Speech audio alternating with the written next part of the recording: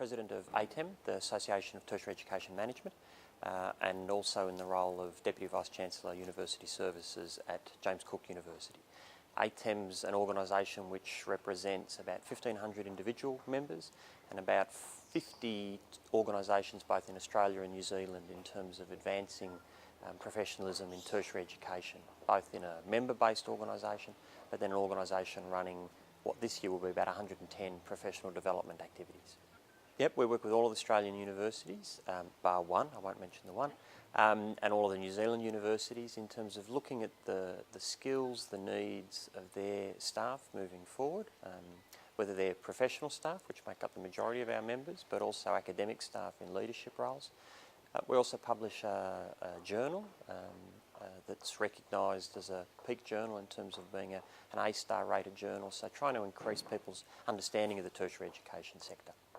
I talked about advancing professionalism in tertiary education and doing that either individually and how you could do that as an individual, how you set the purpose for your career, how you undertake a sense of where you want to go, the direction that you want to take your career, the manner in which you advance your career. And then I talked about advancing professionalism in tertiary education in an organisational sense and how I think all of us as individuals in the sector have a responsibility or an obligation to seek to advance professionalism in the sector and to make a contribution over and above what it is that we do in our normal jobs on a daily basis. Yes, today I'm focusing on the changing nature of professional work in the higher education sector, and I'm really looking at both the changing nature of the workforces within universities and also the relationships between different parts of universities. Well, for professional staff, I think there's really critical changes that are happening. Many roles that perhaps were once distinctly either administrative roles or academic roles are becoming blended roles. So there's now a grey area between academic staff and professional staff, but the interesting thing about those blended roles is that they're often the really strategically important roles for the university. So they're potentially very influential roles.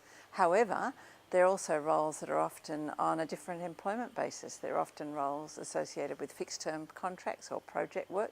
They're not necessarily the roles that relate to the continuing patterns of employment we're used to in universities. Well, I think the issue is that we need to recognise that this change is happening and the extent of it. And then I think we need to look at ways in which we can capitalise on the capacity of our professional staff. We have, in Australia in particular and the USA, very high levels of academic credentials amongst professional staff, as well, of course, a wide range of experience. Many professional staff come from outside the university sector, so they bring a diverse range of experience from other industries. And as I said, quite high level academic professional credentials as well. So that is a fantastic resource. And if these roles are the roles that are actually the boundary spanning roles, they're actually critical to innovation. But certainly I think there's room for adding dimensions to the roles which may actually build on experience and give the opportunity to do so, but also lots of opportunity to show that the institutions actually value these roles, perhaps more than they do now.